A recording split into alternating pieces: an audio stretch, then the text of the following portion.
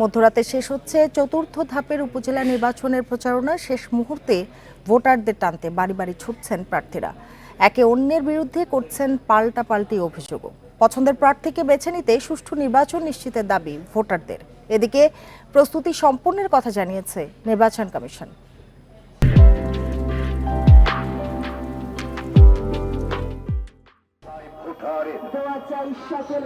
পাড়ায় পাড়ায় মাইকিং, সমর্থকদের নিয়ে ভোটারদের বাড়ি যাওয়া সহ নানা উপায়ে প্রচারণা চালাচ্ছেন প্রার্থীরা। চতুর্থ ধাপে এবার নওগাঁ সদর, মান্দা ও মহাদেবপুর উপজেলায় ভোট হবে। এই ৩ উপজেলায় লড়ছেন মোট ৪০ প্রার্থী। জনগণের চাহিদা এবং জনগণের চাহিদার কারণে চাপে আমি এখানে এসেছি এবং ইনশাআল্লাহ আমি 100% জয়ী হব। আমার নিশ্চিত আমি জয়ী হতে পারবো। প্রথমে আমার কাজ হচ্ছে 40% রাস্তা কমপ্লিট করে নওগাঁর মানুষ যেন কাঁচা রাস্তা হেঁটে মূল রাস্তাটা না উঠতে হয়। বরিশালের উজিরপুর, বানারীপাড়া ও বাবুগঞ্জ উপজেলাও জমজমাট প্রচারণায়।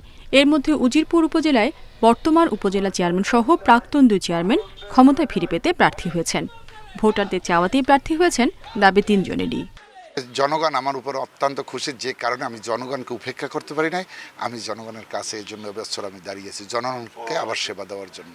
আমি যখন উপজেলা চেয়ারম্যান ছিলাম, প্রশাসনিক যে সুন্দর সিস্টেমটা ছিল, উন্নয়নের পরিকল্পনার যে সুন্দর সিস্টেম ছিল, সেটা কোনোটাই নাই।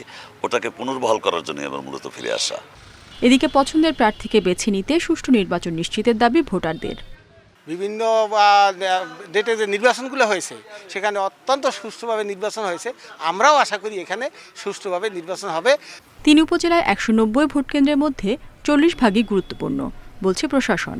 বিগত 2টি ইলেকশন যেভাবে পুলিশ নিরপেক্ষতার সাথে এবং পেশাদারিত্বের সাথে দায়িত্ব পালন করেছে, একইভাবে এই নির্বাচনেও পুলিশ তার পূর্বের ন্যায় নিরপেক্ষতা এবং পেশাদারিত্বের সাথে দায়িত্ব পালন করবে। ঘূর্ণিঝড় রিমালের কারণে 3য় ধাপে স্থগিত হওয়া চাঁদপুরের ফরিদগঞ্জ ও কচুয়া উপজেলা পরিষদেও ভোট হবে 4র্থ ধাপে। রেশমি নন্দী, ইন্ডিপেন্ডেন্ট নিউজ।